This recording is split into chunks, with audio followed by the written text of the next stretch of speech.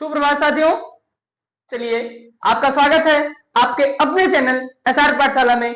तो प्यारे मित्रों, जैसा कि हम ऐसा सोच पाते हैं कि आप लोग मस्त और स्वस्थ होंगे, तो हमने बहुत सारी बातों को देखा और उसी कड़ी में फिर हम आज का लेक्चर साथियों स्टार्ट करते हैं। और मैं ऐसा सोचता हूं कि आप लोग जितने मेरे लेक्चर को देखे हैं बहुत कुछ सीखे भी होंगे और अपने आप को कहीं ना कहीं शब्दों के माध्यम से परिवर्तित कर पा रहे होंगे। क्योंकि साथियों, जब हम बात करते हैं संविधान का, तो संविधान को बोला जाता है कि यह शब्दों का खेल है। क्या है? शब्दों का खेल है। तो उसी कड़ी में साथियों, जब हम बात करते हैं जब ये शब्दों का खेल है, तो इसमें शब्द इंपॉर्टेंट होंगे, इसमें शब्द महत्वपूर्ण होंगे। तो उसी कड़ी में जब हम देखते हैं आज कि साथियों, हमने बात किया था संविधान सभा के बारे में। हमारी संविधान सभा बन के तैयार हो गई थी और संविधान सभा में हमने प्रथम बैठक कर लिया था। आज द्वितीय बैठक से बातें करनी है। तो हमने आपको बताया था कि जब हम बात करते हैं संविधान सभा में या संविधान सभा के परिप्रेक्ष्य में जब बातें की जाती हैं या उसका वर्णन किया जाता है या उसको संदर्भित किया जाता है, तो कहीं ना कहीं कुछ ऐसे दिनांक होते हैं, कुछ ऐसे डेट होती हैं जो बहुत महत्वपूर्ण होती हैं साथियों। तो आज हम पहले सीखते हैं कुछ ऐसे दिनांक जो बहुत ही महत्वपूर्ण है संविधान सभा को लेकर के।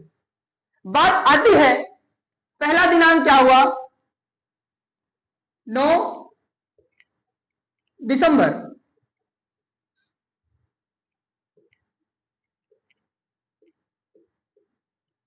9 दिसंबर 1946। फिर बात आती है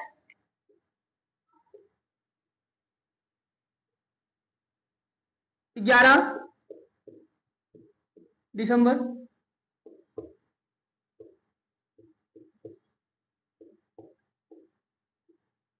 उन्नीस सौ 46।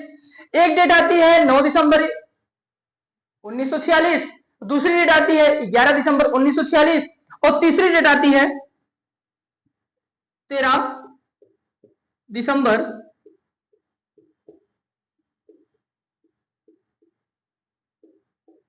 1946।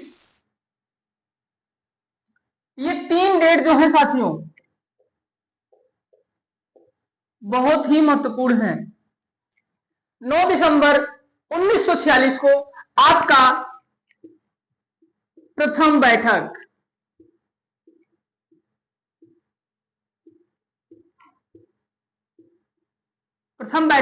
संपन्न हुआ था।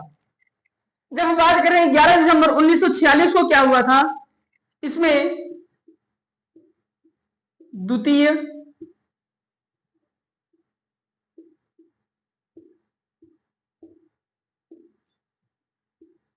बैठक संपन्न हुआ था। जब बात करते हैं हम 13 दिसंबर 1946 को क्या हुआ था, तो इसमें हमको पता चलता है उद्देश्य प्रस्ताव। तो साथियों 13 दिसंबर 1946 को उद्देश्य प्रस्ताव को पारित किया गया था। हमने बहुत सारी बातें प्रथम बैठक में करनी है, बहुत सारी बातें द्वितीय बैठक में करनी है और बहुत सारी बातें उद्देश्य प्रस्ताव में भी करना बाकी है। जब हम बात करते हैं प्यारे मित्रों कि प्रथम बैठक में टोटल कितने सदस्य शामिल हुए थे, तो प्रथम बैठक में प्यारे भाइयों 207 सदस्य शामिल हुए थे। जब वही बात करते हैं द्वितीय बैठक में कितने सदस्य शामिल हुए थे, तो द्वितीय बैठक में 211 सदस्य शामिल हुए थे।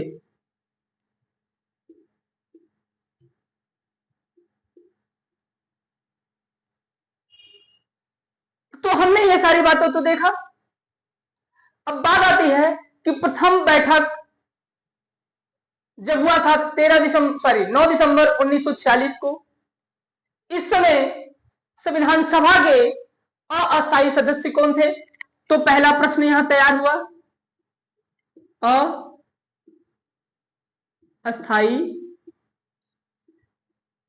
अध्यक्ष था।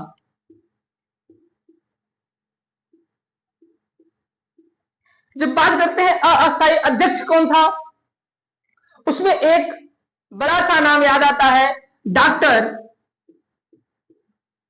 सच्चिदानंद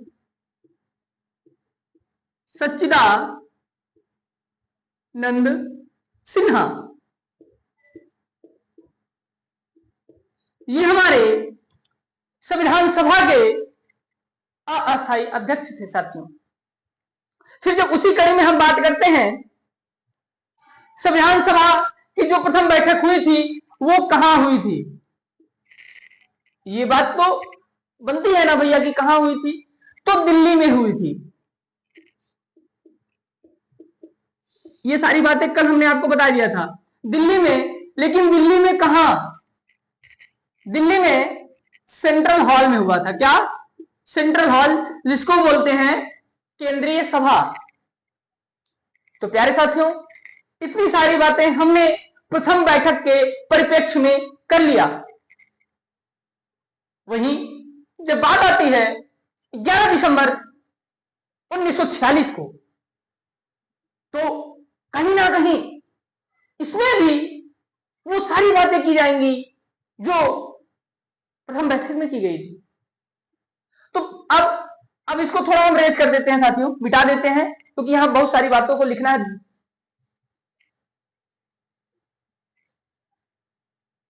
हाँ, अब आते हैं द्वितीय बैठक में। जब द्वितीय बैठक की बात करते हैं, ये हुआ कहां था? तो दिल्ली में ही हुआ था, दिल्ली।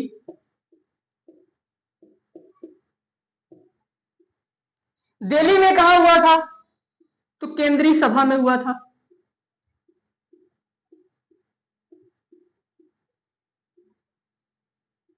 केंद्रीय सभा में हुआ था प्यारे भाइयों। फिर जब बात आती है कि इसमें टोटल कितने सदस्य शामिल हुए थे, तो इसमें मैंने आपको बताया कि 211 सदस्य शामिल हुए थे। फिर इसी में हम बात करते हैं कि इसमें अस्थायी अध्यक्ष का पता चला कि कौन था, तो डॉक्टर सच्चिदानंद सिन्हा जी थे। अब वहां पे अस्थायी अध्यक्ष थे, यहां पे अस्थायी अध्यक्ष की बात की जाएगी। कहां साथियों? अस्थायी अध्यक्ष।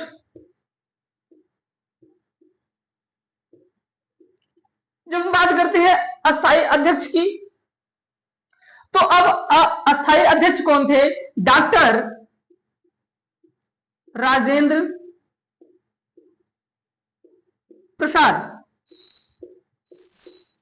शायद आपको ये सारी बातें समझ में आ रही होंगी। तो डॉक्टर राजेंद्र प्रसाद संविधान सभा के अस्थायी अध्यक्ष थे। लेकिन वही जब बात की जाती है संविधान सभा के अस्थायी अध्यक्ष की, तो डॉक्टर सच्चिदानंद सिन्हा जी का नाम आता है। यहां तक तो हमने देख लिया। फिर जब हम बात करते हैं, अध्यक्ष तो हो गए, अब उपाध्यक्ष की हम बात कर लेते हैं। उपाध्यक्ष कौन था?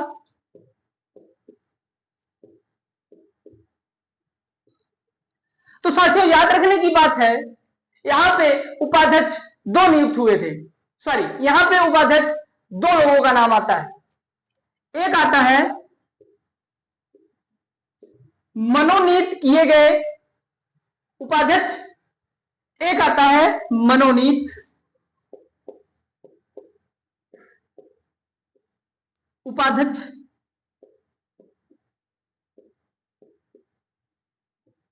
दूसरा आता है निर्वाचित उपाध्यक्ष। तो साथियों, इसमें लिखते हैं निर्वाचित उपाध्यक्ष। जब बात करते हैं कि उपाध्यक्ष दो हुए, एक मनोनीत एक निर्वाचित, जब मनोनीत उपाध्यक्ष की बात करते हैं तो एम फॉर मनोनीत, एम फॉर मंथोनी। क्या? मंथोनी।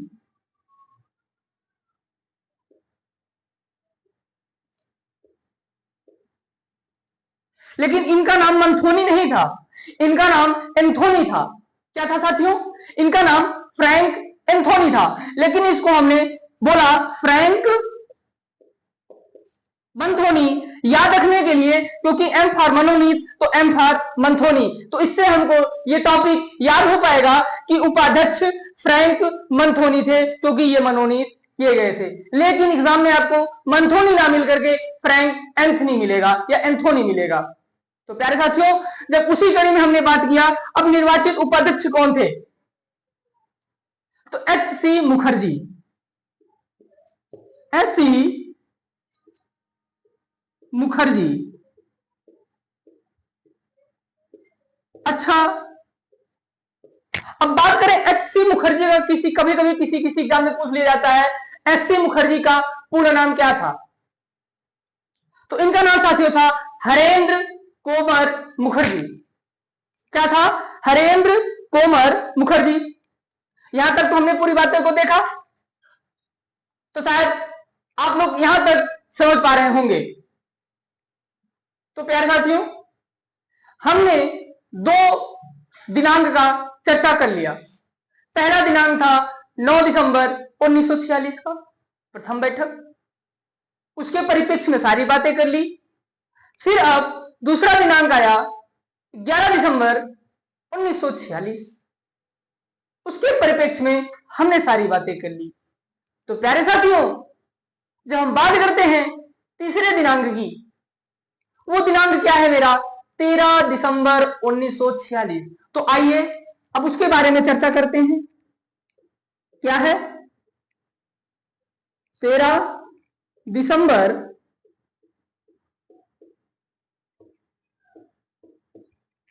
1946, 13 दिसंबर 1946 को क्या हुआ था? 13 दिसंबर 1946 संविधान में क्यों इतना महत्वपूर्ण दिनांक बन जाता है? तो प्यारे भाइयों, जब हम बात करते हैं इस दिनांक की, तो मैंने आपको अभी तुरंत बताया कि 13 दिसंबर 1946 को संविधान सभा में उद्देश्य प्रस्ताव को पेश किया गया था या पारित किया गया था। तो उद्देश्य प्रस्ताव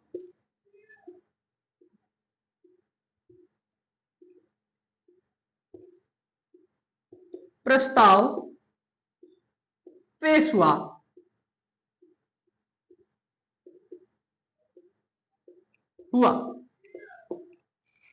तो ये हमने देख लिया, 13 दिसंबर 1946 को उद्देश्य प्रस्ताव पेश हुआ।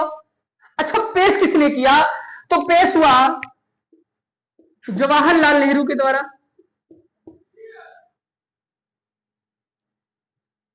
JL नेहरू के द्वारा।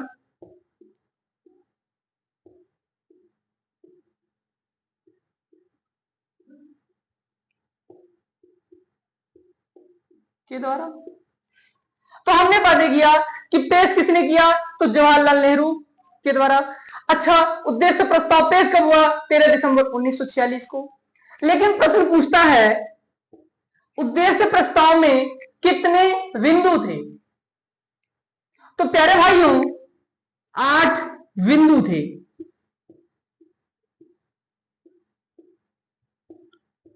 8 बिंदु थे। अच्छा, ये 8 बिंदु क्या क्या थे? तो मैं आपको 2-3 बिंदु का वर्णन यहां पे कर देता हूं।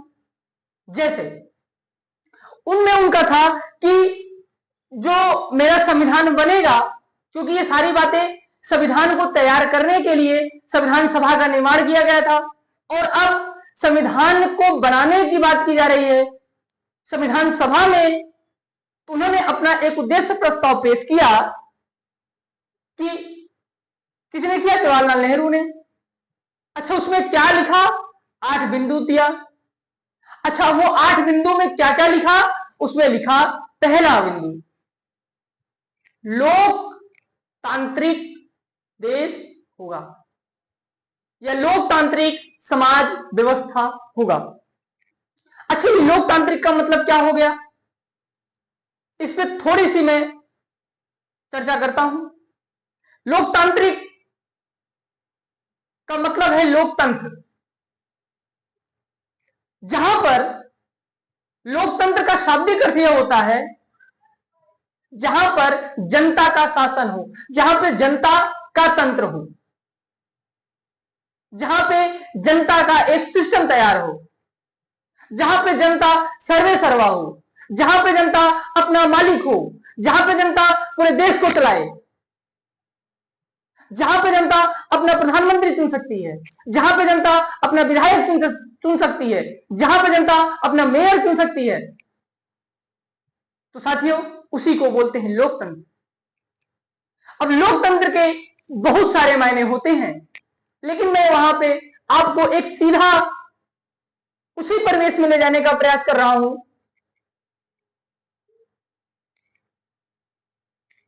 जहां आपको लोकतंत्र को समझने में बहुत आसानी होती है। क्योंकि हम जब लोकतंत्र की बात करते हैं तो हमारा मेन टारगेट, मेरे दिमाग का मेन उद्देश्य चुनाव पे पहुंचता है। इसलिए मैं चुनाव के ही परिप्रेक्ष्य में आपको लोकतंत्र समझाने का प्रयास कर रहा हूं, लेकिन ऐसा कतई नहीं होता, इसका ये कतई प्रयास नहीं होता कि लोकतंत्र का शाब्दिक उद्देश्य केवल चुनाव से संबंधित होता है। लोकतंत्र का शाब्दिक उद्देश्य होता है जनतंत्र, और जनतंत्र का मतलब जहां पे जनता सर्वे सर्वा हो, चाहे वो चुनाव का बात हो, चाहे अपने समाज का बात हो, चाहे अपने परिवार का बात हो, वहां पे हर एक मेंबर की बात बराबर होती। तो प्यारे साथियों, उसी के परिप्रेक्ष्य में हमने देखा कि इसमें 8 बिंदु थे। पहला बिंदु हुआ लोकतांत्रिक देश होगा, लोकतांत्रिक समाज होगा, लोकतंत्र की व्यवस्थाएं होंगी। दूसरा पॉइंट क्या था? जब दूसरे पॉइंट की हम बात करते हैं तो गणराज्य होगा। अच्छा, ये गणराज्य क्या होता है?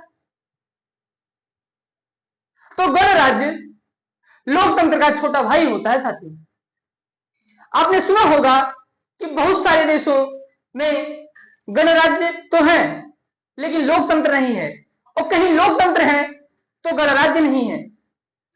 लेकिन हमारा भारत एक ऐसा देश है, एक ऐसा राष्ट्र है जहां पे लोकतंत्र के साथ साथ गणराज्य भी है।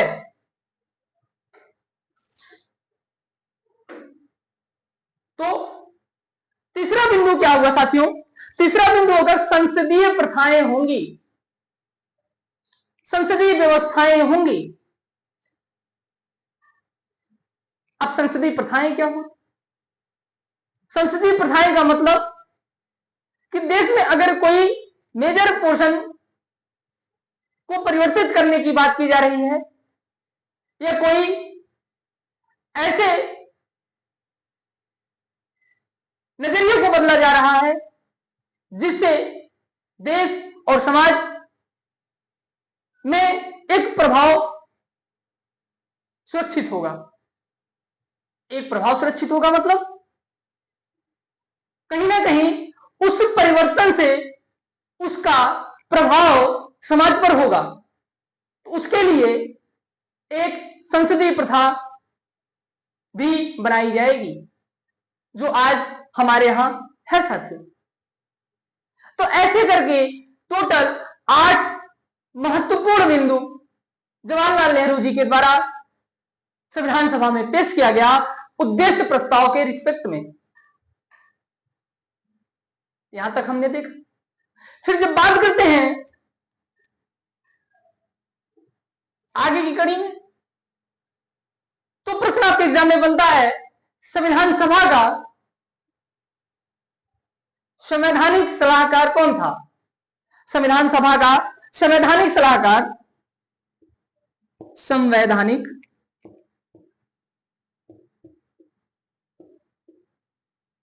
संवैधानिक सलाहकार।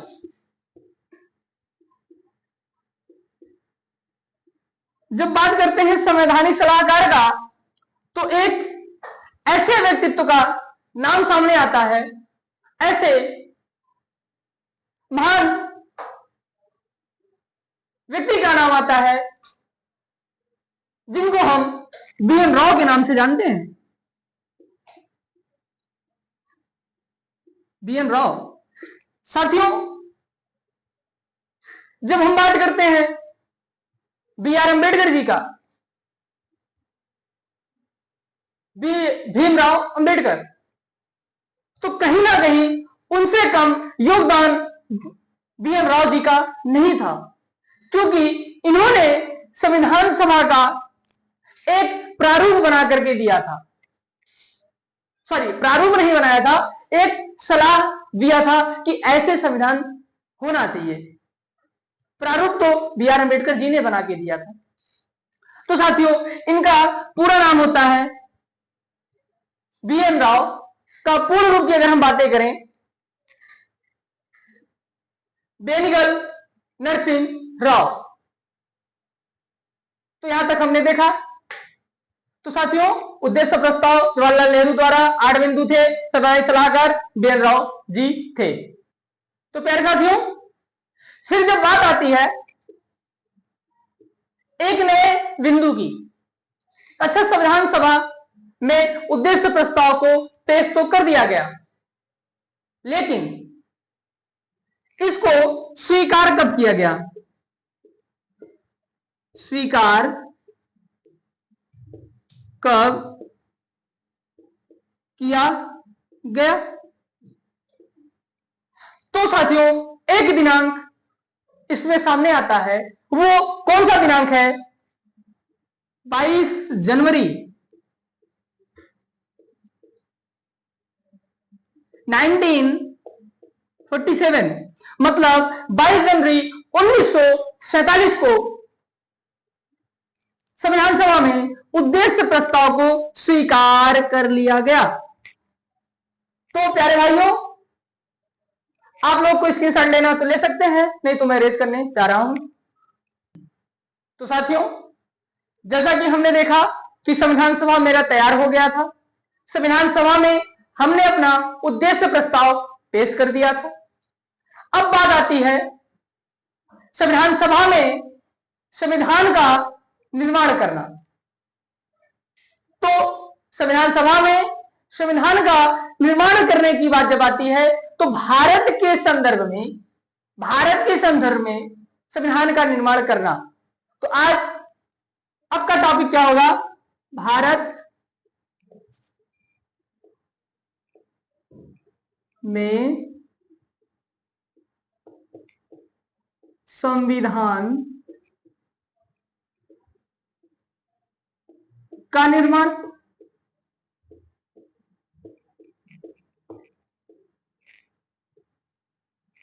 तो प्यारे साथियों, जब हम बात करते हैं भारत में संविधान का निर्माण, तो भारत में संविधान का निर्माण संविधान सभा के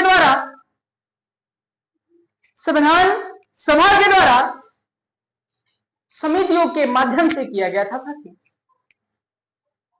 अब समितियां क्या होती? मैंने आपको संविधान सभा अच्छे से विस्तृत तरीकों से बताया है साथियों। तो आज हम देखेंगे भारत में संविधान का निर्माण किसके माध्यम से हुआ? तो विभिन्न समितियों के माध्यम से हुआ। विभिन्न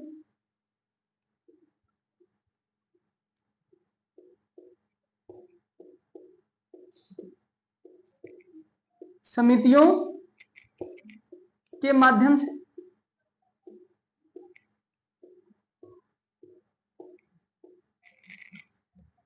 अच्छा, जब मैं बात करता हूं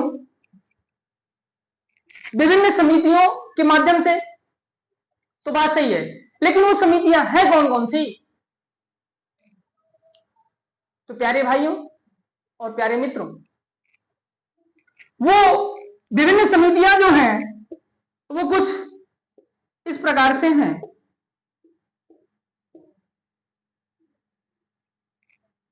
और कई सारी समितियां हैं, मैं एक एक समितियां आपके सामने प्रदर्शित करूंगा। कुछ महत्वपूर्ण भी समितियां हैं और कुछ महत्वपूर्ण नहीं भी है। तो जिसका जितना योगदान एग्जाम में रहेगा उसी के परिप्रेक्ष्य में मैं सारी बातें करूंगा, क्योंकि यहां हमको विद्वान तो बनना नहीं है, डॉक्टर बनना नहीं है, बनना तो रिपोर्टर है। अच्छा, रिपोर्टर का क्या मतलब? कुछ बातें यहां से, कुछ बातें यहां से, कुछ बातें इधर से, कुछ बातें नीचे से, कुछ बातें ऊपर से ला करके इकट्ठा करके एग्जाम में छोड़ देना है, ना कि डॉक्टर बन के एक ही चीज को खोदते रहना है, खोदते रहना है, खोदते रहना है। ऐसा तो हम कर नहीं सकते, क्योंकि हमारा मेन उद्देश्य क्या है? एग्जाम को फोड़ना। तो प्यारे भाइयों, जब हम बात करते हैं विभिन्न समितियों की, जब हम बात करते हैं विभिन्न समितियों की, उसमें पहली समिति आती है प्रारूप समिति।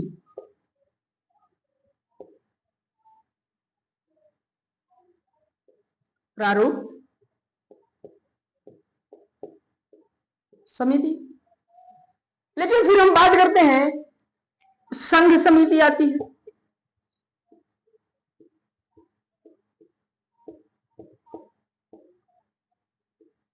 फिर जब वही हम आगे बात करते हैं संघीय संघीय संविधान समिति, संघीय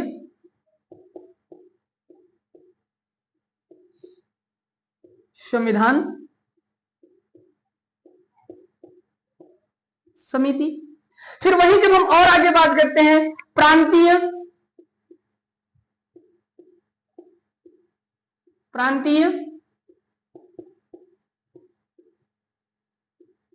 संविधान समिति की।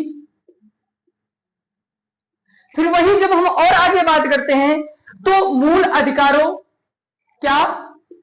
मूल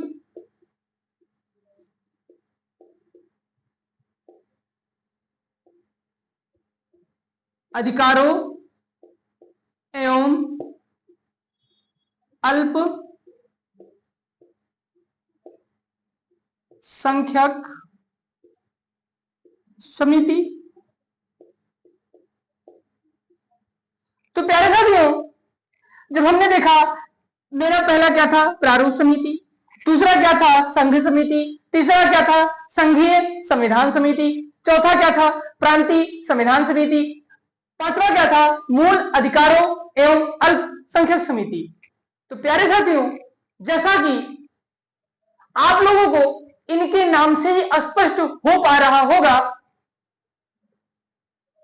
अच्छा, क्या स्पष्ट हो पा रहा होगा? स्पष्ट यह हो पा रहा होगा कि जब प्रारूप की बात कर रहा है, प्रारूप का मतलब होता है एक स्ट्रक्चर तैयार करना, एक सगरा तैयार कर देना। जैसे हम ह्यूमन बॉडी है हमारी, तो जब हम बात करते हैं एक मनुष्य की, क्या बात करते हैं? एक मनुष्य की, तो कहीं ना कहीं मेरे माइंड में एक मैपिंग तैयार होती है, और वो ये तैयार होती है कहीं ना कहीं उसका एक सिर होगा, दो ऐसे लंबे लंबे हाथ होंगे, दो पैर होंगे, यहां से पूरा एक रिबकेज गया होगा, बीच में स्टर्नम गया होगा, फिर बीच में यहां थोड़ा सा पेट होगा। तो कई सारी बातें उस मानव शरीर को लेकर के, और कई सारे छाया चित्र हमारे दिमाग में बनने लगते हैं। तो वैसे ही जब बात हम करते हैं प्रारूप समिति की, तो हमें पता चलता है साथियों कि कहीं ना कहीं संविधान का एक स्ट्रक्चर तैयार करने की बात की जा रही है। तो ये बहुत ही महत्वपूर्ण हो जाता है हमारे एग्जाम पॉइंट से कि प्रारूप समिति क्या है, क्यों है, इसमें कितने सदस्य थे और इसका अध्यक्ष कौन था, और इसमें कितने सदस्य थे, उनका नाम क्या है। आपके एग्जाम में सीधा प्रश्न दाग दिया जाता है साथियों। मजे की बात तब आती है जब एग्जाम में प्रारूप समिति से ही 2-2 3 क्वेश्चन पूछ लिए जाते हैं और ऐसा प्रश्न लगता है जो हम पढ़े तो होते हैं लेकिन ढक्कन की तरह गायब हो जाता है। फिर वही जब हम बात करते हैं संघ समिति की, कहीं ना कहीं इसमें पूरे संघ की बातें की गई होंगी। फिर वही हम बात करते हैं संघीय संविधान समिति की, इसमें संघ के साथ साथ संविधान के बारे में भी बहुत सारी वो बातें लिखी गई हैं जिसका प्रयोग हम अपने दैनिक जीवन में करते हैं। फिर जब बात आती है प्रांत की, प्रांतीय संविधान समिति, तो आपने अपने बड़े बुजुर्गों से नाम सुना होगा, ये प्रांत वो प्रांत, या आपने जब इतिहास के बारे में थोड़ा सा अध्ययन किया होगा तो आपको पता चला होगा दक्षिण प्रांत, उत्तरी प्रांत, उत्तरी पश्चिमी प्रांत। तो ऐसे करके बहुत सारे शब्द आपको इतिहास की पुस्तकों में देखने को मिला होगा। और मैं आपसे आशा भी करता हूं कि अगर आप एक अच्छे विद्यार्थी के तौर पे अपने आप को देखते हैं तो ऐसे शब्दों का गहन अध्ययन करके आप उसको अपने दिमाग में सेव करने का प्रयास करते होंगे, उसको सुरक्षित रख लेने का प्रयास जरूर करते होंगे साथी। लेकिन जब बात आती है मूल अधिकारों एवं अल्पसंख्यक समिति, आज जब हम बात करते हैं मूल अधिकारों की, फंडामेंटल राइट की, तो साथियों आज हमारे पूरे भारत देश में मूल अधिकारों को लेकर के बहुत सारे विवाद होते रहते हैं। और मूल अधिकार ही एक ऐसा अधिकार है जिसको लेकर के हम सीधा हाई कोर्ट नहीं, डिस्ट्रिक्ट कोर्ट नहीं, सीधा सुप्रीम कोर्ट में भी प्रवेश कर सकते हैं साथियों। तो कहीं ना कहीं पूरे संविधान में मूल अधिकार एक बहुत बड़ी भूमिका निभाता होगा। वहीं जब हम बात करते हैं अल्पसंख्यक की, तो मैं आपको बताऊंगा 29 और 30 आर्टिकल में अल्पसंख्यकों की पहली बार चर्चाएं की गई हैं। तो साथियों आज हमने आपको एक इतना स्ट्रक्चर तैयार करके दे दिया है कि आप समझे तो कि संविधान का निर्माण विभिन्न समितियों के माध्यम से तो हुआ था, लेकिन वो विभिन्न समितियां क्या क्या थी? ऐसा नहीं है कि बस यही 5 समितियां ही हैं जो संविधान का निर्माण कर दी थी। तो ऐसा नहीं है साथियों, बहुत सारी समितियां थी, बहुत सारी बैठकें हुई थी जो एक 395 अनुच्छेद और 22 भाग के संविधान को बनाने में बहुत ही महत्वपूर्ण भूमिका निभाई थी साथियों। तो आज की क्लास में हम केवल इतना ही देखेंगे। कल से फिर हम प्रारूप समिति क्या होती है, संघ समिति क्या होती है, इसके अध्यक्ष कौन कौन होते हैं, इसमें क्या क्या काम हुआ था, इन सब के बारे में विस्तृत रूप से अध्ययन करेंगे साथियों। तो आपसे मेरी एक दरख्वास्त है कि अगर आप लोगों को ये सारी वीडियो, ये सारी क्लास और मेरे मुंह से निकले हुए शब्द अगर अच्छे लगते हो तो साथियों मेरे चैनल को शेयर, लाइक, शेयर और सब्सक्राइब जरूर कर लीजिएगा। तो मिलते हैं हम आपसे नेक्स्ट क्लास में, तब तक के लिए जय हिंद।